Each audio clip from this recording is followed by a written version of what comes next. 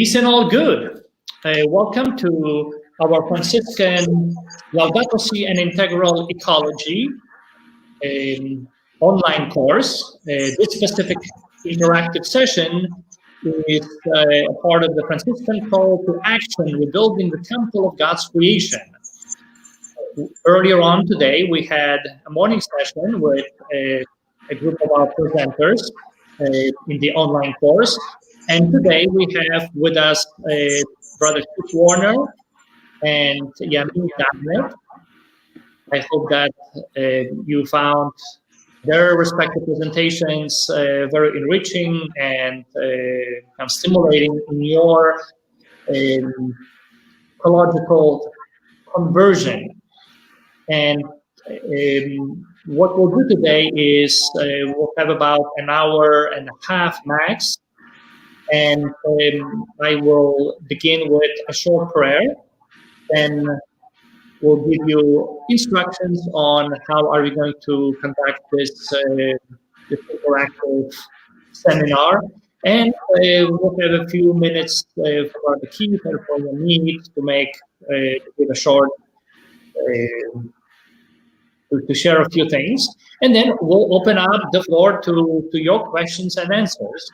And then in the later part, hopefully we'll have opportunity to hear from some of you about the project, specific initiatives that you are considering or already might be in the process of developing and implementing in your respective parishes, schools, and local communities. So I'm going to share with you a prayer that comes from the encyclical Laudato Si of Pope Francis. Father, we praise you for all your creatures. They came forth from your powerful hand. They are yours, filled with your presence and your tender love. Praise be to you, Son of God, Jesus, through you all things were made. You are formed in the womb of Mary, our mother. You became part of this earth, and you gaze upon this world with human eyes. Today, you are alive in every creature in your risen glory. Praise be to you. Holy Spirit, by your light, you guide this world toward the Father's love and accompany creation as it groans in travail. You also dwell in our hearts, and you inspire us to do what is good. Praise be to you. Triumph, Lord, wondrous community of infinite love, teach us to contemplate you in the beauty of the universe, for all things speak of you. Awaken our praise and thankfulness for every being that you have made. Give us the grace to feel profoundly joined to everything that is. God of love, show us our place in this world as channels of your love for all the creatures of this earth, for not one of them is forgotten in your sight. Enlighten those who possess power and money, that they may avoid the sin of indifference, that they may love the common good, advance the weak, and care for this world in which we live. The poor and the earth are crying out. O Lord, seize us with your power and light. Help us to protect all life, to prepare for a better future, the coming of your kingdom, of justice, peace, love, and beauty. Praise be to you. Amen. Amen.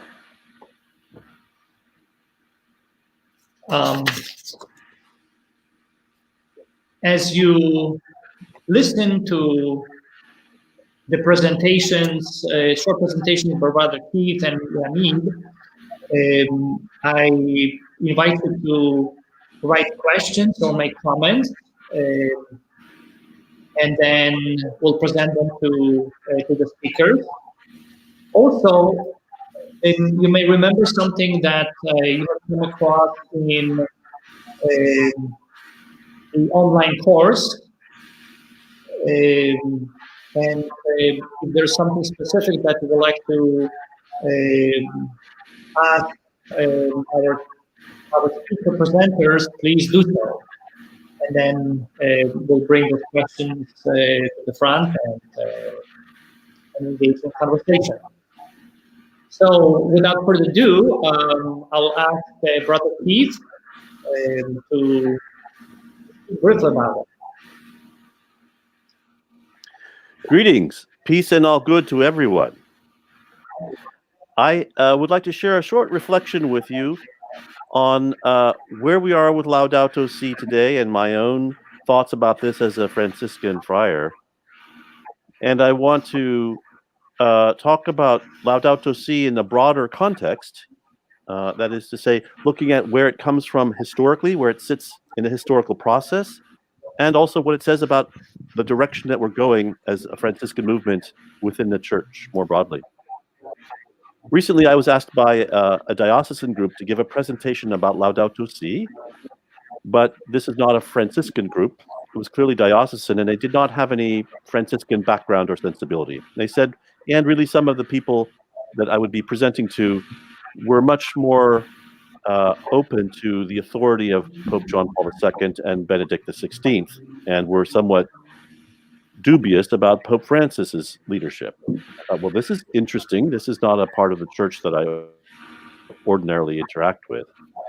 But we set out together, the sponsor and myself, to try to wrestle with how could we present Laudato Si in the context of the Catholic tradition more broadly. So I went back and reread the encyclical, and then also looked at many of the things that Pope John Paul and Pope Benedict had said that were incorporated into Laudato Si. And I discovered something that I was not expecting to find, which is that Laudato Si has less new about it than we had thought. The components are not that new. Many of the things that people found surprising in Laudato Si had already been said by Pope John Paul and Pope Benedict. Many of the new terms that were new to the church were brought out onto the stage by Laudato Si, but had been pioneered by John Paul II, such as ecological conversion or our shared ecological vocation, or by Pope Benedict, who talked about intergenerational solidarity and the climate as a common good. So I thought that was really quite striking, that there are a few new things in the Laudato Si, to be sure, but in some ways it's more novel in how it puts all the pieces together. And so this also made me think about the deeper tradition of the church.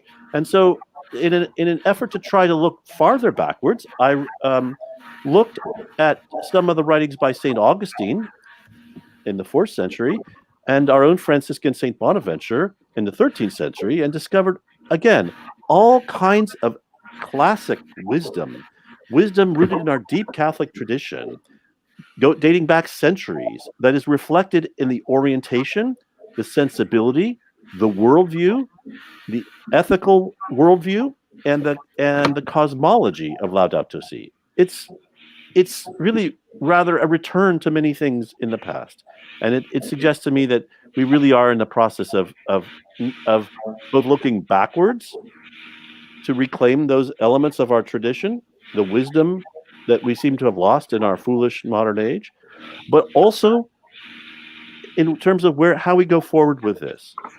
Because lately I've been reflecting in the light of reading Fratelli Tutti, the most recent encyclical by Pope Francis, that this might be the most Franciscan moment in the church since St. Francis died.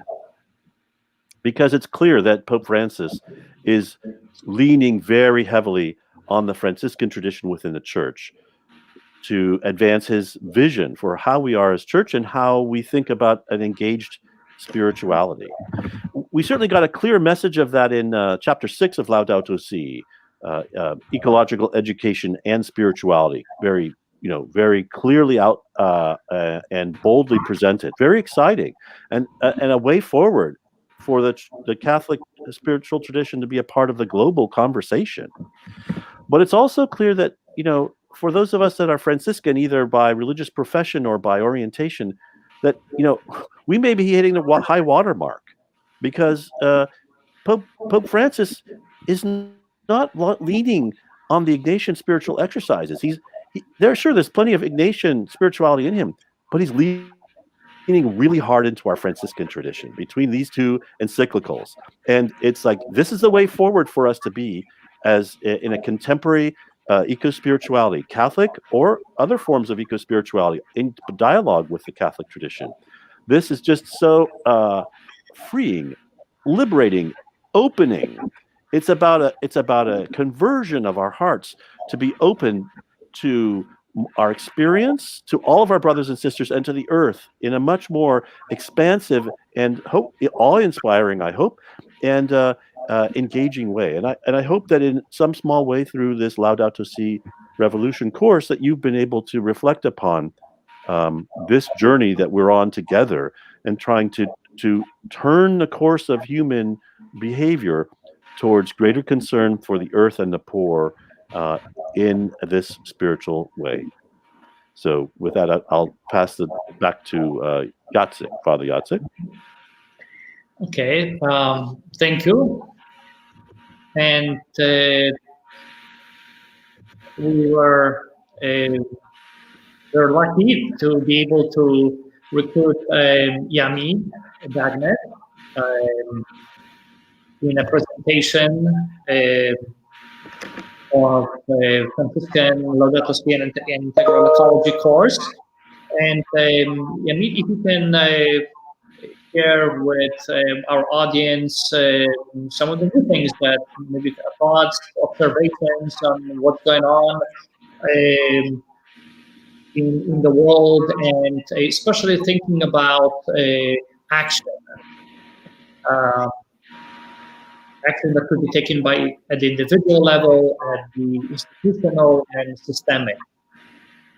Thank you very much, Father Jacek. Hello, everyone. Very good to be with you this afternoon. So my background is, supporting international negotiations to try to find global solutions for this, to fight climate change, and especially to try to create a better sense of solidarity. And I don't know if you know, but over the past 5 weeks in the Philippines, there have been 5 typhoons, of considerable strength. And, and this is on top of COVID, on top of the economic crisis. And, the community over there, and we know that there's a very big community, Catholic community in the Philippines. It's how to better adapt, how to create that sense of solidarity around, among countries, among, the communities around the world. Interestingly, there's, a lot of vulnerable countries are under a lot of debt. So if you think that in the United States, in Europe, things are really difficult, you can imagine for some poorer and more vulnerable countries, it's even worse. So what solution? What do we do? And I think, there's been a lot of thinking on how to use the era of digitalization, how to rethink nature and nature-based solutions, how to make the connection between better access to electricity and actually making use and securing food for the people. So, for example, how renewable energy creating community grids could help, farmers, in Africa and many other parts of the world. And those kind of mini grids, electricity could provide women, more flexibility to do even their business, to sell for longer, because they would have electricity. They would not be afraid of, the darkness, and it would also help provide for education. So, how to create, those and creating that solidarity and sharing So I think, what we also seen over the past few months is that the youth, don't are keeping, the momentum in continuing to demand their government to do the right choice when they are currently deciding on recovery plan, how to recover better from COVID, not to do the same mistake as than before, not to go back to the old normal, but how to reset, so that they can really foresee a more sustainable, breathable, future. At a time when things, there's a lot of divisions, we see a lot of suggestions flowing from the youth. There's been also in some other countries an attempt to empower women. This was a case, for example, in Nigeria, where within the recovery plan, they tried to allow some women to be more entrepreneurial and to get into the green business as well. Well, it's difficult, of course, in such country. We need to see this really happening on the ground, but they well know that some of the solutions, this is really the future. How to avoid, for example, for women, the role they play in the cooking, instead of replacing the biomass cooking that results in very polluting air, around themselves, burning wood, deforesting, destroying their forests. How to change those cooking material with solar, electronic cooking stoves. That's going to make a big difference, for them, for their health, and also for the nature around them, that they can also enjoy, better. So, those women are really asking for this, and also to be able to cook, at different time, if they do have, access to, renewable energy, also cooking. Anyway, I just give a few examples of actions, and to say that, everyone. I gave the example of the two parts of the society that are the most vulnerable, the youth and the women. But there's also the indigenous people. We hear their fights in the United States, but you can imagine in the Amazon region, it's even more difficult. At the moment, the rate of deforestation has accelerated, and there's a lot of effort internationally to try to protect them, to try to protect their human rights, because as we know, to protect environmental defenders, including those indigenous communities that play such a critical role to protect the forest. I can give more example of those communities that very often remain disenfranchised, but we see that some actions are being taken sometimes by some governments, and this is because of the advocacy, very often from the citizens, demanding a different future, bringing some creative thinking into the solutions to be adopted. I will stop there, but the fight certainly continues worldwide. Well, thank you, Yamide. Since the war began, I personally have been working with Franciscan Action Network on one specific aspect of putting it into practice, looking for, or I'm trying to influence a narrative in the United States during at the time of election, about the issue of climate justice, protecting our common home. This is one of the most important social, environmental, religious, moral issues that we face. And I'd like to share with you just a short video that Franciscan Action Network has made. The climate, our world, is in an emergency. We are facing the collapse of the life support system of our planet, and we don't have much time. Our world is at a critical point, really. So very much is at stake. When we think about climate change, we automatically think about the earth, but we don't think about the people that live on the earth. When I hear these stories, it affects my heart. How can it not?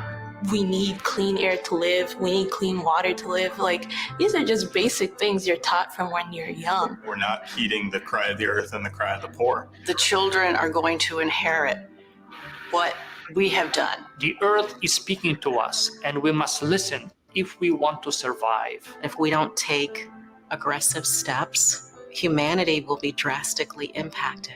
We aren't here to destroy, we're here to help create. This world is not ours. It belongs to God. The first job God gave us was to take care of the world. Fine. Don't believe in climate change, but do believe that you're in relationship with creation. The human race is very smart. We're way too smart to let this keep going on. We must come to our senses as humanity, as a nation, and voting is an integral part of it. We can vote for elected officials that represent common sense environmental policy at home and abroad. The world is in trouble and needs your help. The election in November matters. There are so many wrongs that need to be righted. But how do we right them? We vote.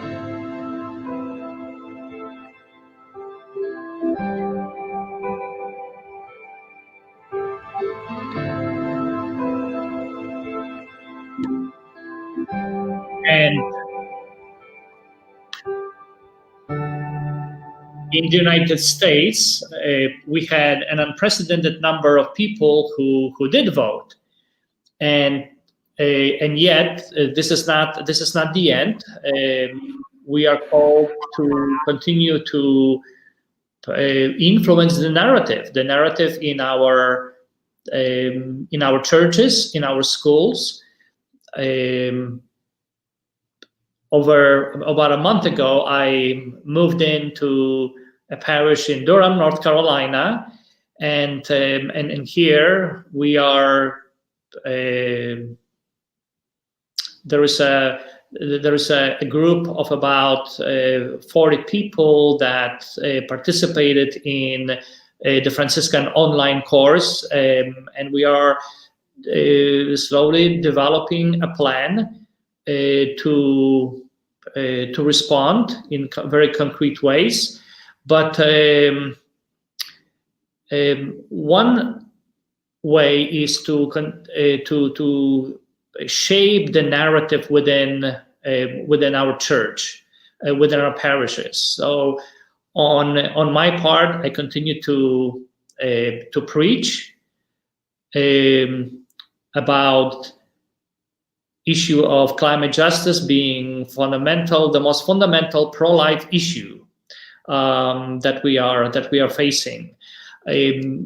Many of you have heard about the severe flooding that is taking place in Central America, especially Honduras, Guatemala, Belize, and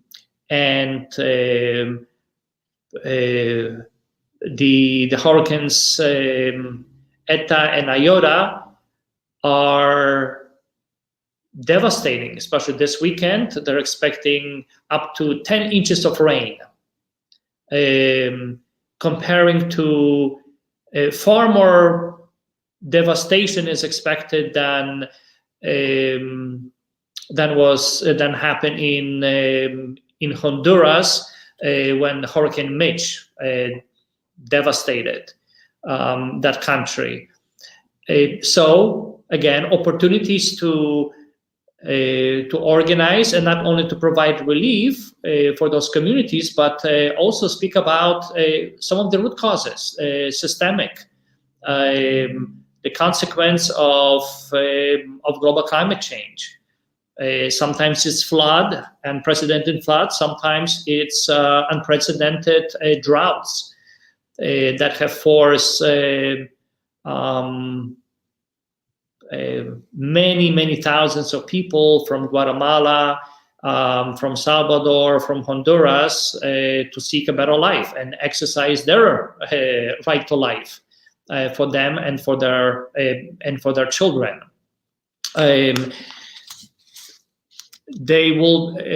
Some of you may be familiar with or have heard about the document that came out from the Dicastery for Integral Human Development from Vatican, and we'll provide a link, and it charts in a very strategic way and areas where we as a church could and should be working on. So there is something on greening of the schools and parishes, personal lifestyle changes, but also things such as divestment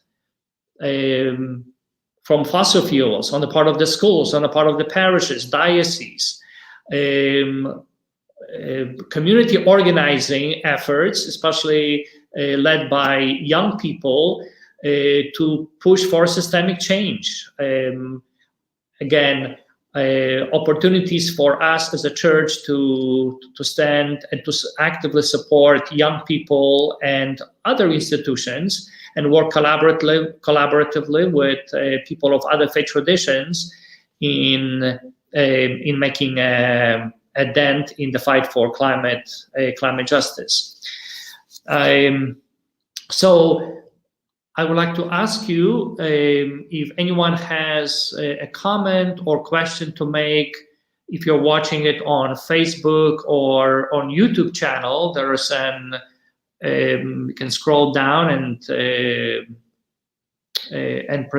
write down your question and present it to one of our speakers. As I'm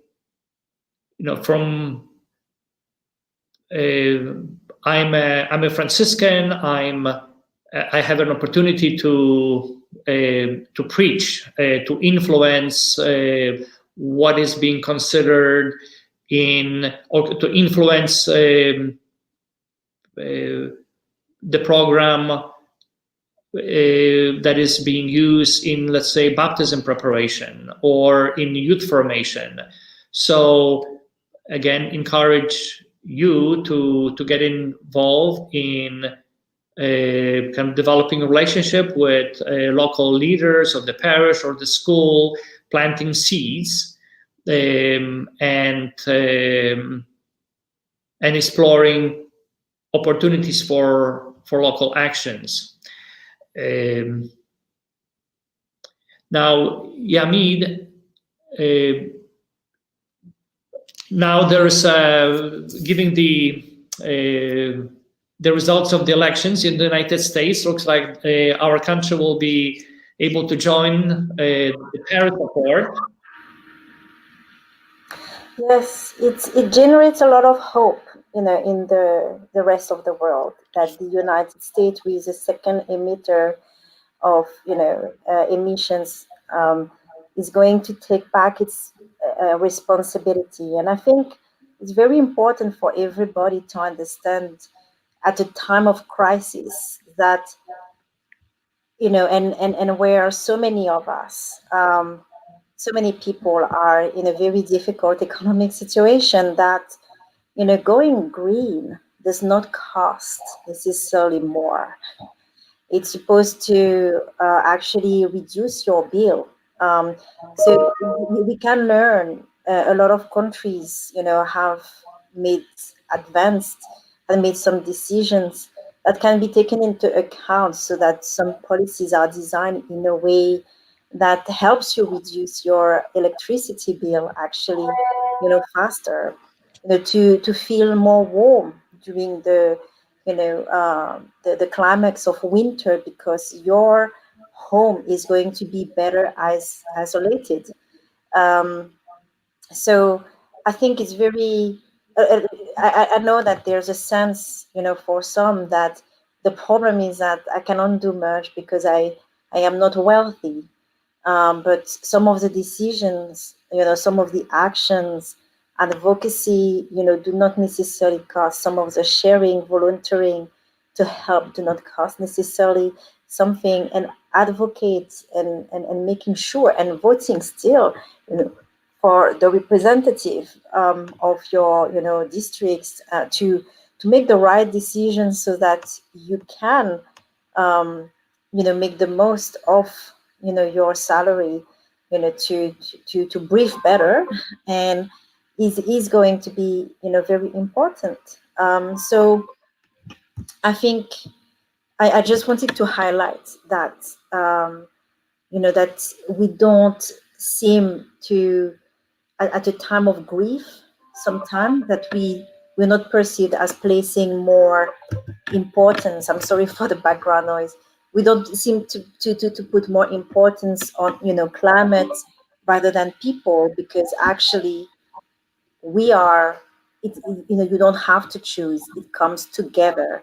It's for the better. And you know what Father Jacek said earlier, in Honduras, in Central America, it's in our interest that, those countries are also, doing better, that they're able to adapt. And the first means of adaptation is reducing, emissions, globally. Because if we don't manage to do that, the challenges to adapt is going to be, more important. It's going to cost more. Actually, inaction costs more. So I hope we're going to be able to, that there's going to be a sense at the time when the United States and many countries, there need to be more unity, that, hey, climate change, the typhoons, the floodings, the fires, they don't distinguish between, Republicans or Democrats, between blue and red. They affect everyone, and they will affect the poorest, in disproportionate manner.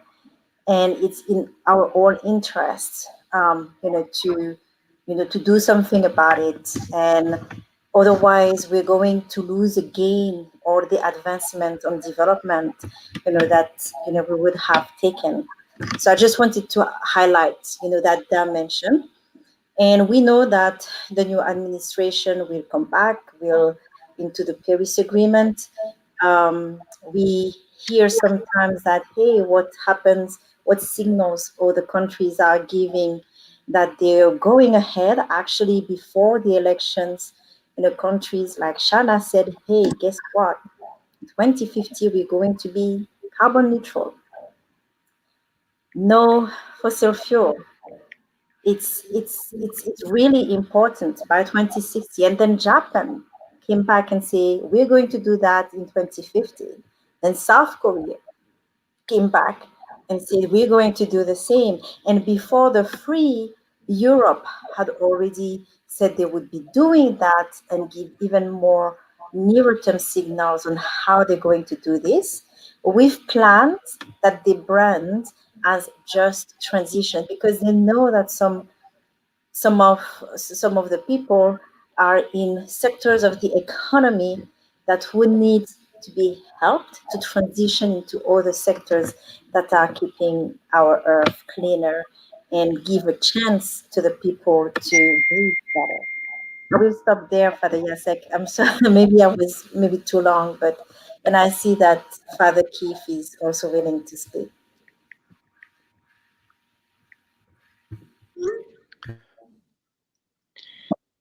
Jacek, would it be helpful for me to provide Yes. a complimentary set of comments to what Yamide mentioned? Go ahead. Sure. So During my day job, I teach at Santa Clara University, which is here in California in Silicon Valley. I work at Miller Center for Social Entrepreneurship. Social entrepreneurship is a problem-solving methodology that draws the strengths of innovation, entrepreneurship, and social change, and combines it with social change leadership to foster sustainability and greater progress towards the Sustainable Development Goals.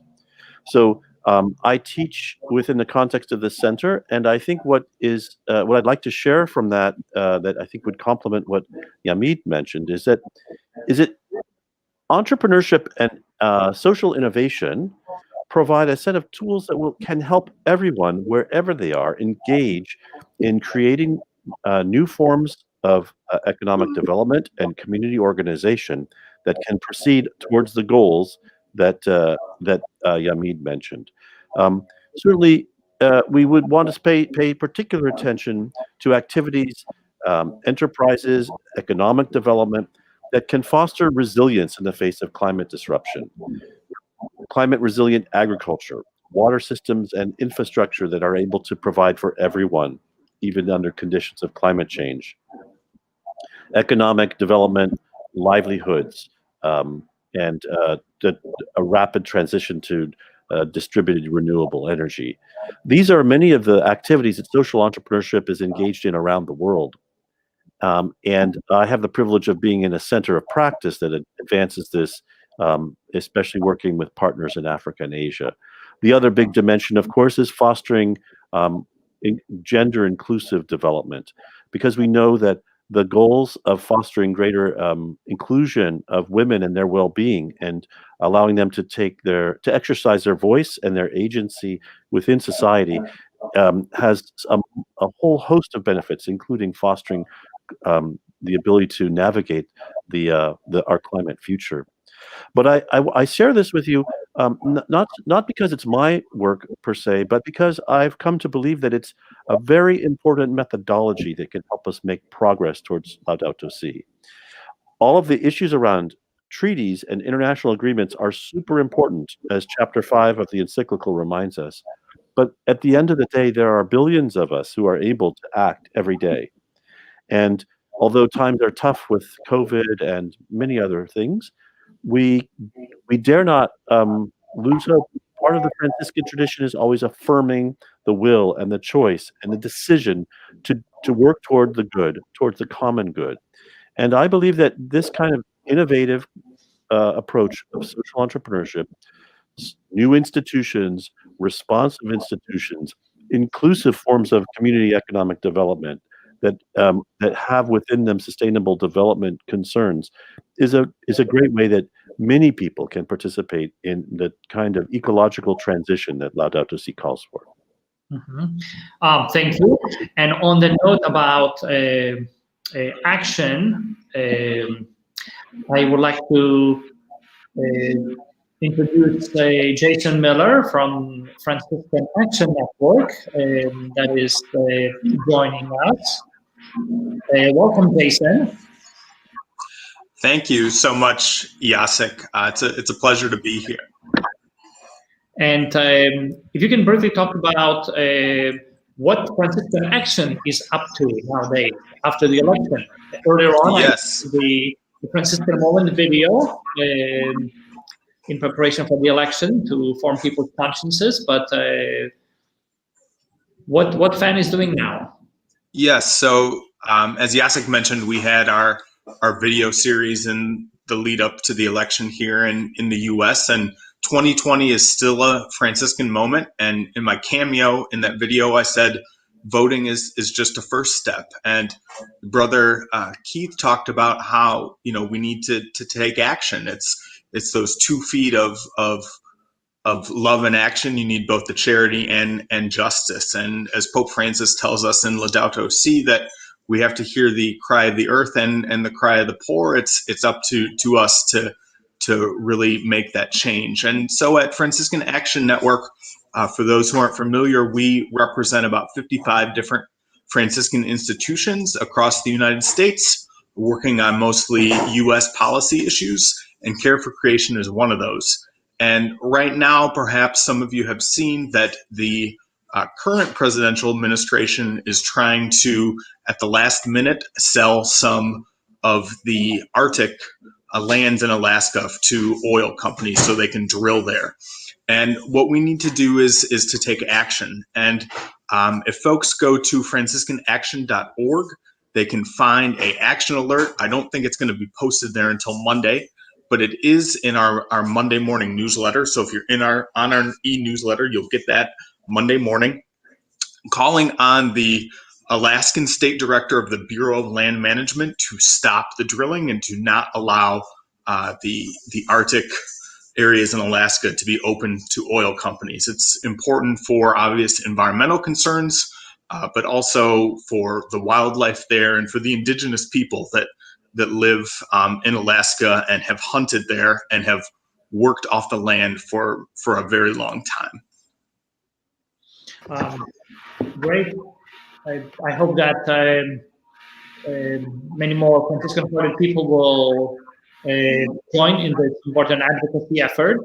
There is a question. The U.S. needs to rejoin the rest of the world. We need to support any effort of the new administration and continue to nudge them to take steps to meet the goals of Paris Accord. And earlier on, our Franciscan friar from Australia, Joe, wrote, "Are we doing something together as a Franciscan family in lead up to COP26 Glasgow next year?" So, anyone would like to respond to either the first or the second part? Let me respond to the first one. I'll defer to Yamin, and then I'll speak after you. You go ahead first. No, well, we know, I think, Jason, it was really great to have Jason to really give an example of how people can take action, not just wait for, the international community to do something, but how the action of advocacy, can go a long way. We really need to say that. We know that as soon as Biden is going to be, as of the 20th of January, he's going to come back to the Paris Agreement. And it takes only 30 days, for the US to be back, on board. And what is also interesting is, even if this current administration had backtracked, from the Paris Accord, a lot of non-state actors, business, actually, civil society, have said, states and cities have stated, we are still in the Paris Agreement. So we have actually about so many companies, and that action of the non-state actors can help, of the states and cities can already help the US to meet 37% of their emission reductions. At the moment, they had committed for 26, 28%, and the target that would be seen as just because of their fair share needs to be around 45 and 50%. And when you see the action of non-state actors, so even non-government, at subnational or the private sector, it can get us to already 37%. So I just wanted to highlight that, to really emphasize how important citizens, and as a citizen for your company, you can make a difference also, and that's going to be very important. And we know also that there's going to be decisions to be made on the recovery plan, the stimulus package. That's going to be a very important step for the government as soon as for the new administration, as soon as it gets in. And that stimulus package needs to be fair and needs to be as green as possible too. And again, interacting and making some demands to your representatives at the Congress is going to be important to get it accepted, not to really go the old way. And finally, also, there's going to be decisions for the U.S. to fulfill its commitments on finance to the developing world, for everything that they have caused.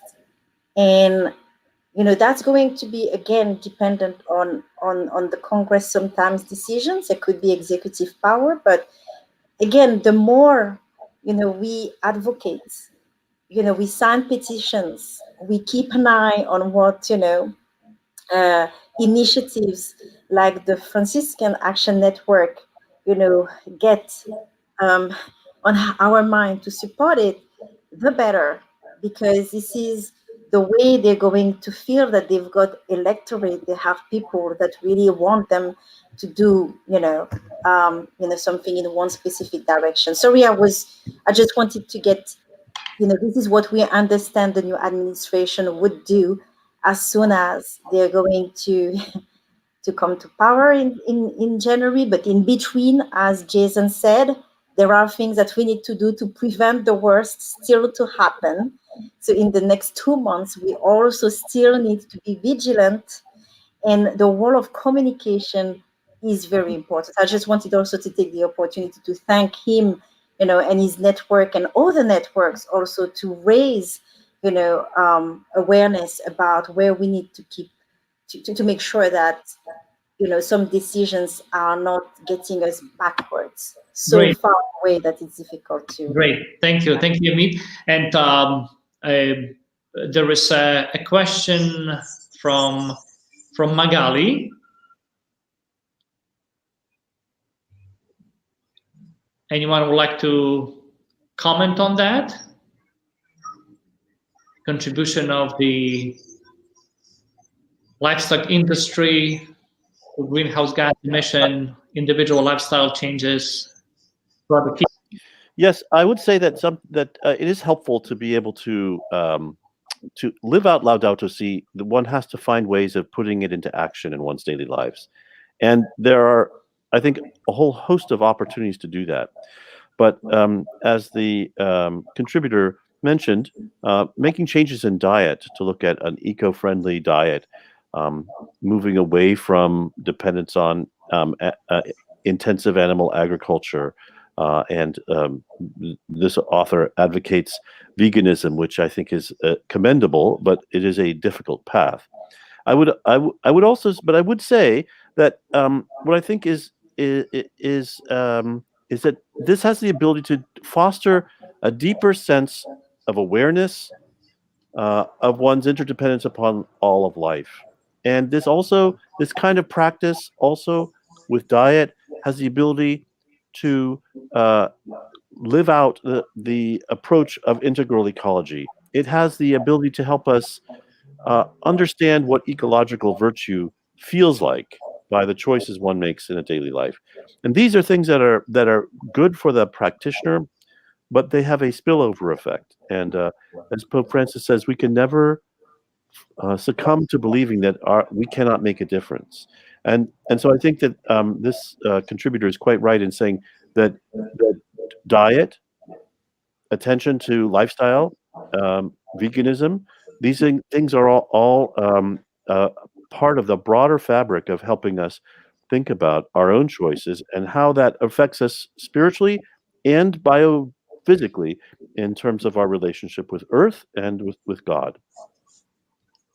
If I could just say quickly, Brother Keith brings up a beautiful point that, it's about those individual changes that we can make in our own personal lives. And for some folks that might be becoming vegan, for others that might be installing solar panels on your house, or it might even be smaller steps like getting light bulbs that last longer. I mean, we can all do what we can do, and that's different for each individual. But it is important, as always, to contact your members of Congress. We talked about the Paris Climate Accord, and yes, the incoming president-elect has said that on day one he will have the United States rejoin. That's great. He's also said that the over 100 EPA regulations that the current presidential administration has rolled back, he will reverse. That's also great, but it's true. It does also take Congress, and if the current party and Mitch McConnell is still in charge of Congress, it's going to be difficult. So there is a Georgia runoff, and we want to encourage people to get out there and vote, because those choices that are going to happen in Georgia on January 5th could impact the entire country and the entire world. And it takes all of us to make those individual life choices, but it also takes us to put pressure on those in charge and on corporations to make the right decisions as well. Thank you, Jason. I have a question that was that just received on my phone to one of the presenters. Our church has been quite successful at educating parishioners on the ecological effects of individual choices, but find it more challenging to create systemic and institutional conversion. How can we focus our energy to have the greatest impact on climate change?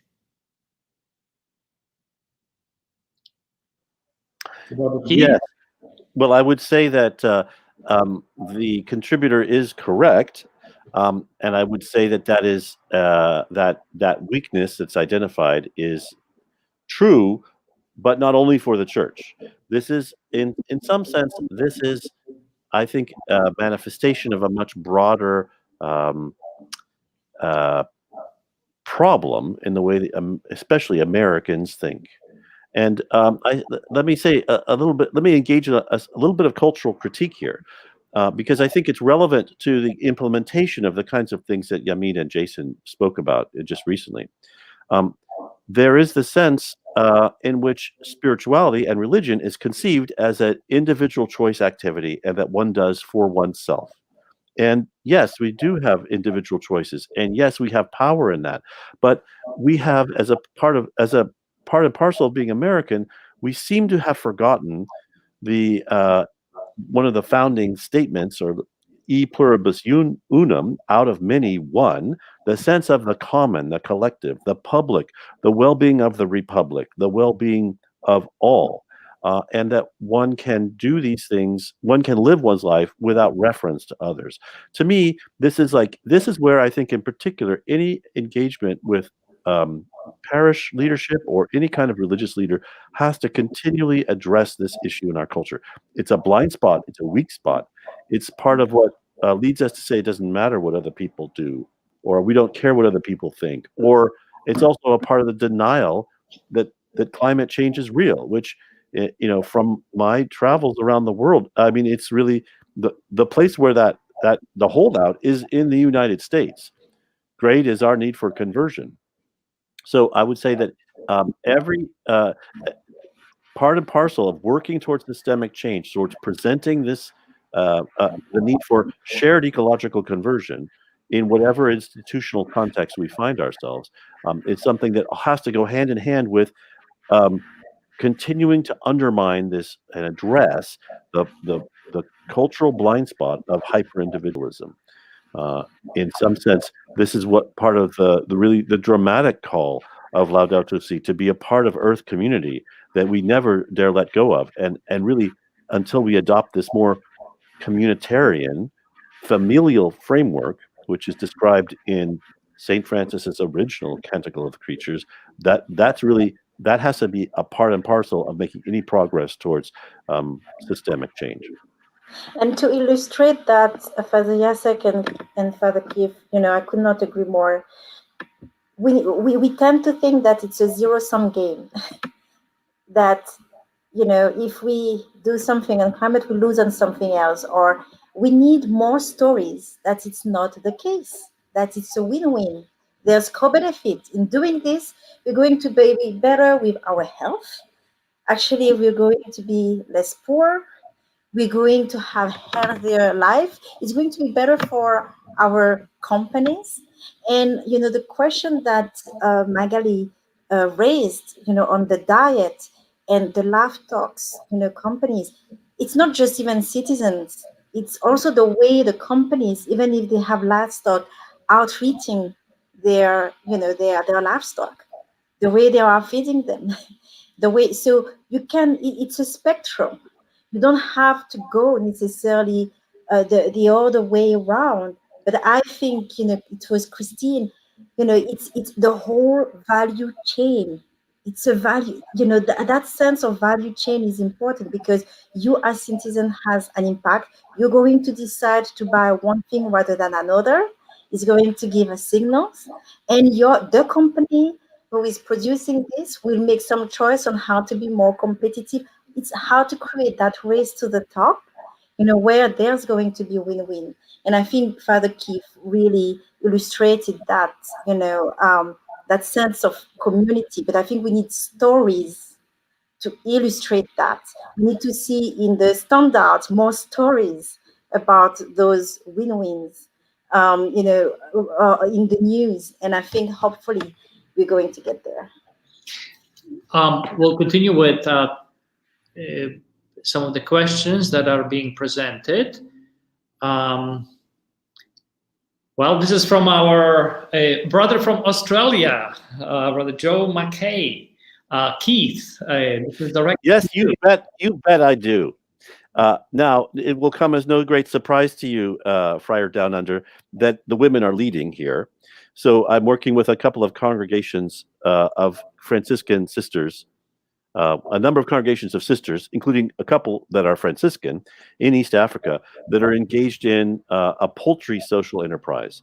So here we have the ability to, they are developing the ability to produce locally raised poultry meat and eggs, not vegan, but in this context, that is one of the most ecologically friendly forms of nutrition that's very much needed in Eastern Africa. And they are learning how not just to farm chickens, but like feral chickens, like wandering around the backyard, which is fairly common in this part of the world, but rather use science, technology, and entrepreneurship to start businesses that are actually able to produce these at the scale that's necessary to address the nutritional needs and to generate revenue. They generate revenue for the congregations, and they also generate revenue by employing local marginalized women, many of them single mothers, by allowing them to be outgrowers, where they buy chicks from the sisters and then rear them and then sell them back, and then the sisters sell them to their Catholic institutions.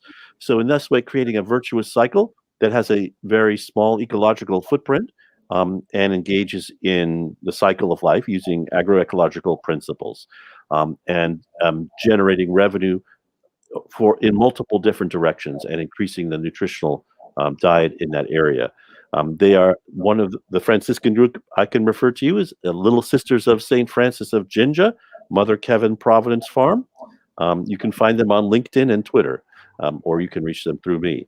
But yeah, there's a lot of exciting things that are happening. There's other Franciscan groups. That's just one that I know in particular.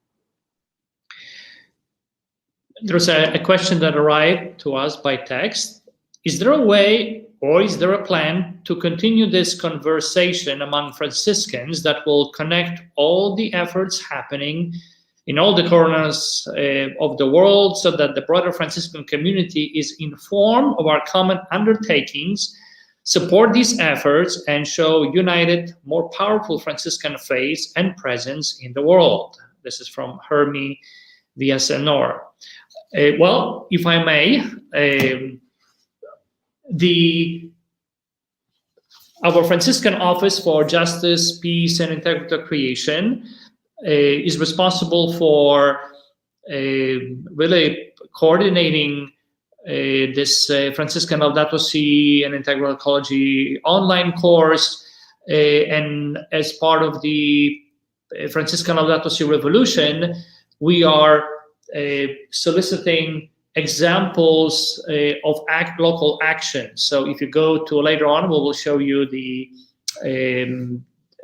website where a person who is involved in a given parish or a school, local community is doing something, be it addressing the issue of at the systemic level, institutional or individual, well, put all the information about what are you doing, and on that Franciscan Laudato Si Revolution website, there's a little map, and then we can see, well, in Africa there is such and such a school that is involved, getting their students engaged in climate strike, or there's another group that is working on divestment. So in addition to what Franciscan Action Network is doing in the United States, bringing different initiatives kind of together and inviting to take actions at the worldwide level, that's a little bit more challenging and complex, but we wanted to use this Laudato Si revolution as a medium to share the stories, to motivate each other.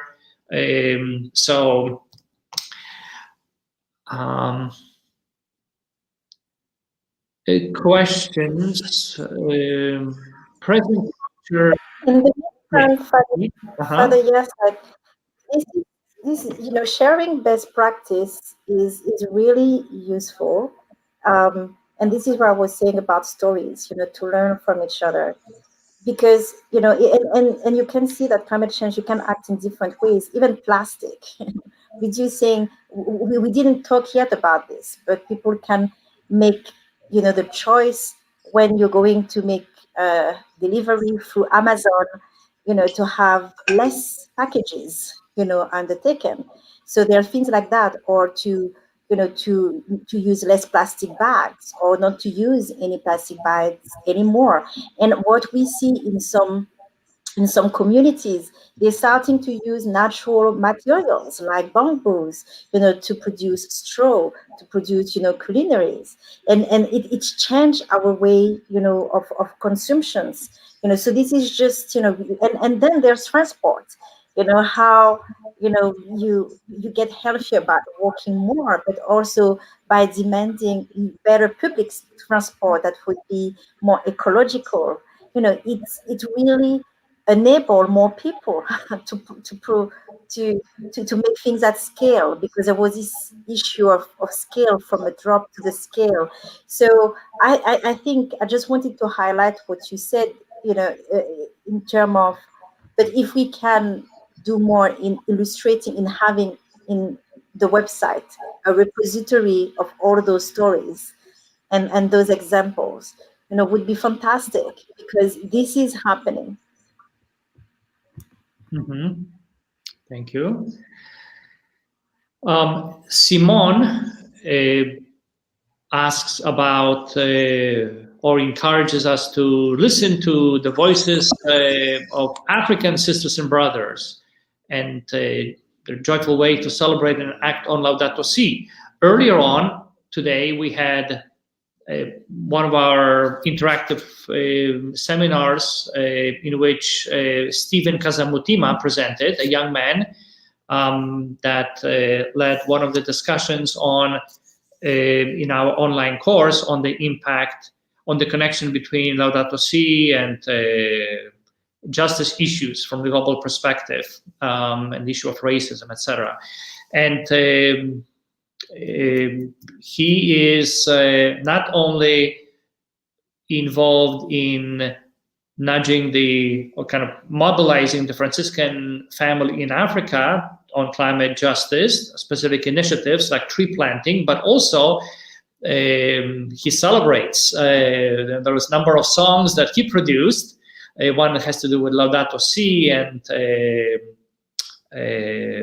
a tribute to George Floyd, reaching out and in the context of also Franciscan joy, and call to conversion. And I know that there's some many stories from the Philippines and other parts of the world where we can learn from and be empowered and animated. This is one comment. Doing comfortable change. Okay, you can read it. Anyone would like to speak to that? About doing. Yeah, I'd say that we have to meet people where we are, and certainly we're in a climate crisis. But the main emitters of carbon are countries and our corporations. So we can't all make radical changes. We have to do what we can, but it's also using our voices and speaking out and encouraging the countries and the corporations to make those changes, because they're the ones that need to reduce their carbon emissions as much as anyone else. Mm-hmm. I would say this is an important role for policy, because there are opportunities available to middle and upper income people to reduce their energy use that are not available, that are not economically feasible for lower income people. And I think that's also true both at the U.S. national level, but it's also true internationally. I think here we have to. I absolutely agree with the contributor who says that we have to do this. But I would just want to underscore that word "we," because we have different roles and we have different abilities to act. And what I see in my travels across Africa is that there is a need for more energy, for more sustainable development. And no, it should not be fossil fuel driven, but some of it will inevitably have some fossil fuel component in order for people to live lives of dignity and to participate in an energy transition that will allow them to live lives of dignity in the 21st century. That doubles down on our obligation to undergo a dramatic energy transformation here in the United States. So this is good this is necessary both for the earth, but also for justice for the poor, for the people who do the billion or 2 billion people who do not have access to modern energy. And we don't want them to replicate the same mistakes that we've made in the global north by being climate foolish or energy profligate, but we do need to find a way to help them get to access some other forms of energy, and that is going to go back to that whole question of we that the contributor provided. And in this we, I think there's a sentiment of radical collaboration too. So, are we only collaborating with the usual suspect? How can we go with unusual suspect who can bring creativity that we are currently, not leveraging because we don't give them necessarily the voice, and they do have some solutions. Some of the solutions are in our traditional, natural, relationship. And you can see the pharmaceutical companies, they need to go to those indigenous communities very often to find the best cures, because a lot of the knowledge, indigenous knowledge is there, and they're doing that, but we can leverage this in making sure that those indigenous communities benefit more, and we can do that also for the climate. And I just think that we need to be more creative in who we are collaborating with. We need to diversify who we are fighting to, with which means we are going to do that, to make sure that we enhance our communication means, because sometimes we're not reaching to some communities and there's a barrier of language. So I think we need to think very carefully of this collaboration and what means radical collaboration too. One of the participants is our Franciscan brother from Australia, John McKay. I'm not sure if he's still there, but Joe, if you're there, I send you by email a link that will allow you to join us on camera and to kind of give us a scoop on what's happening in Australia and the Franciscan response to the challenge of Laudato Si. How is it taking roots? So if you happen to be still there and join us, it'd be terrific. And he has a question about the Franciscan examples of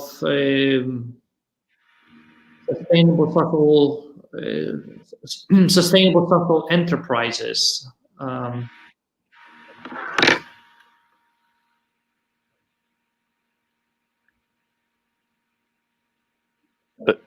Are you asking a question about social enterprises? I didn't quite get that. So any one additional specific example from your worldwide travels, Brother Keith? Yeah, sure. One that I can point to that sort of elaborates an issue that Yamide identified and also illustrates the convergence of gender inclusion and achieving sustainable development goals. We work with a partner called Solar Sister. Solar Sister is active in Tanzania and other parts of East Africa, and it uses a peer-to-peer model of women selling portable solar lanterns and clean cook stoves. It marshals the power of women's local networks. It introduces the skills of entrepreneurship among local women and allows them to generate revenue for themselves, but also explaining the value of making a modest investment in a solar lantern or a clean cook stove and how that results in, once that's paid off, in accruing benefits, financial benefits for the household, which are generally, if led by the women, directed by the women, are directed towards health and education and nutrition, but also the sense of economic empowerment. And they don't have a word for social entrepreneurship in Swahili, but they have a term that they use. It's called women who dare, who try new things, who learn how to become community leaders by the process of taking risks, risking failure, but also discovering that the only path forward involves some degree of risk and a tolerance for change and trying new things out. That's what innovation looks like. That's what it feels like. So this is a way in which the entire value chain, as mentioned by Yamide, can be enhanced and made more sustainable and foster human dignity and common good at the local community village level across different parts of Tanzania. And I would just say that this kind of community-based energy revolution is happening all over the world. And there are certain opportunities that are present where they don't already have a massive investment in huge polluting infrastructure. Now, certainly this is not a solution for everyone. Most Americans would not be willing to live with what are the equivalent of camping energy products. But for a billion or more people around the world, it's a big improvement. And it also captures the energy of women's networks and enhances their leadership and voice in society.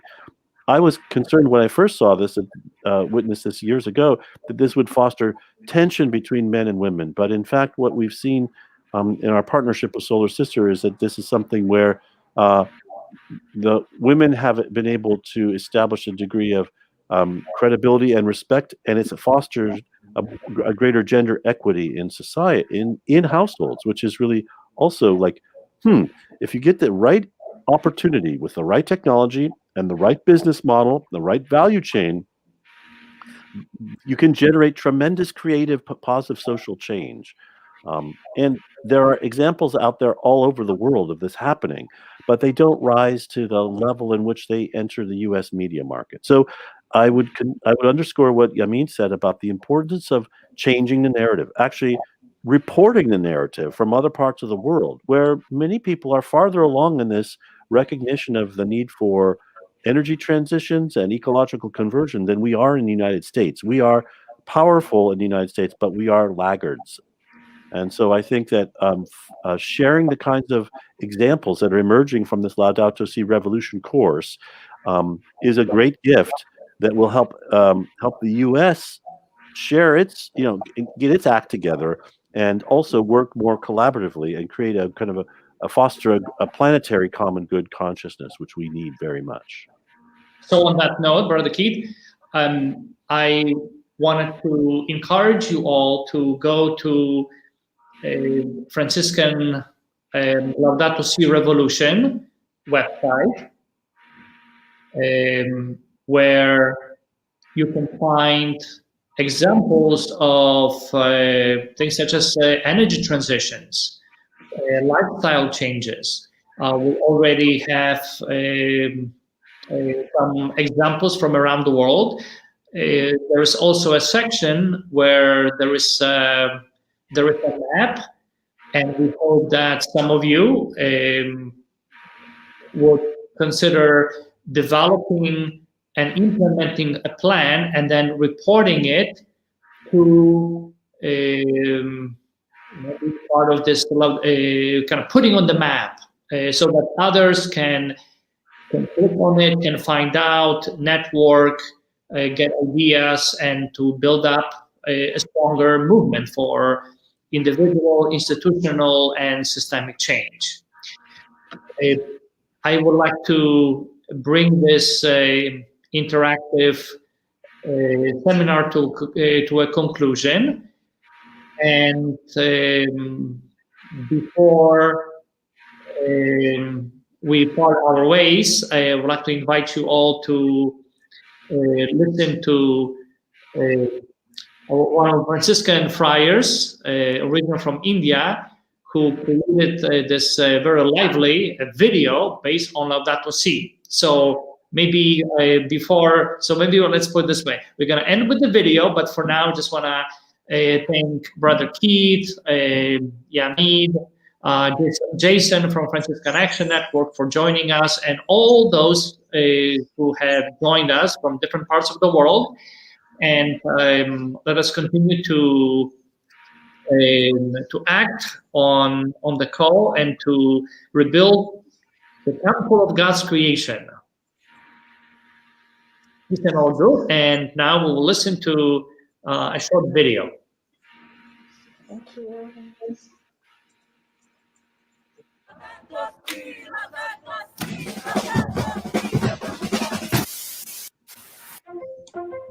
My brothers and sisters, there's a lot of things that we are doing right in today's world, but there's also a lot of things in which we can change, and a lot of things that will lead us closer to Christ.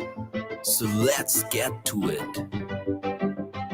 We need a wake-up call, God help us out. We don't seem to understand what life's about. I need Christ to help the mind get out of this place. We've been stuck inside a loop, all we do is chase. The watches, the cars wanna just look like the stars. The dollar bill, thinking that will get us far. But we can't take it with us when we leave this life. I know that the truth hurts, it's sharp like a knife. We can live and pretend like it is okay, when there are people on the streets living lonely. And maybe they give more than us if they have stuff to give, cause they don't depend on things to teach them how to live. Arguing on and on, we think they're right and they are wrong. That's why I had to preach the message, say it in the song. And we don't grow if you're not together. We got one chance to live, to be with him forever. Hope, friends, is hope is for us to understand. It's time to get your neighbor and to take them by the hand, so we can make, so we can take the right steps to make our life be great. Laudato Si, Laudato Si, Laudato Si, Revolution. Laudato Si, Laudato Si, Laudato Si, Revolution. Laudato Si, Laudato Si, Laudato Si, Revolution. Laudato Si, Laudato Si, Laudato Si, Revolution. We need to let go of ego till we don't know vanity. We are not God, our role is humanity. Many things have to change, why don't we start with us? But I know there are naysayers that want to discuss. Others are passive, choosing not to change all of their habits, and they wonder why they blame. And in terms of business and consumerism, I think we lost track of what's real and what really isn't. In one way or another, we all wanna see the light. So how about we start living today in the name of Christ? Like Saint Francis and let go of our possessions. Do that and see what happens to all your obsessions. Put your hands up when you listen to the song. Rejoice in Jesus' name, realize we can get along. We can replace beauty with man-made constructions. Change the way you live and let go of your Francis. Work is for us to understand. It's time to get your neighbor and to take them by the hand. So we can make and so we can take the right steps to make a life be great. Laudato Si, Laudato Si, Laudato Si, revolution. Laudato Si, Laudato Si, Laudato Si, revolution. Laudato Si, Laudato Si, Laudato Si, revolution. Laudato Si, Laudato Si, Laudato Si, revolution.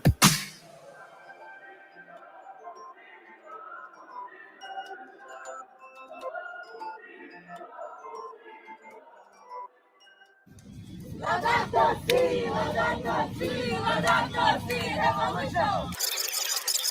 Si, Laudato Si, Laudato Si, revolution. May God bless all of you, and may all of us enter into this new revolutionary idea of conversion.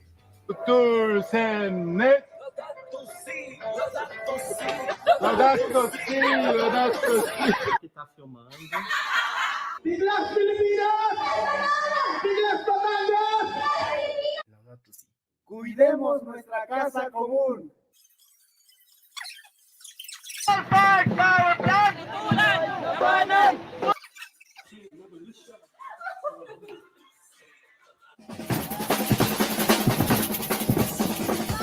To make concrete decisions so as to care for creation.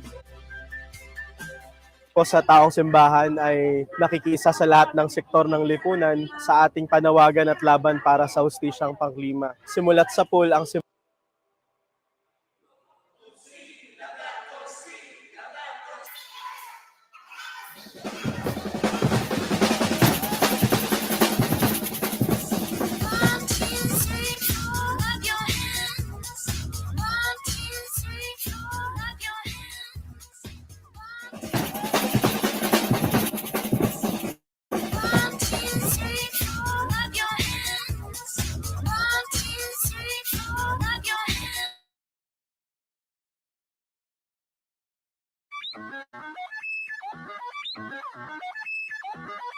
One, two, three.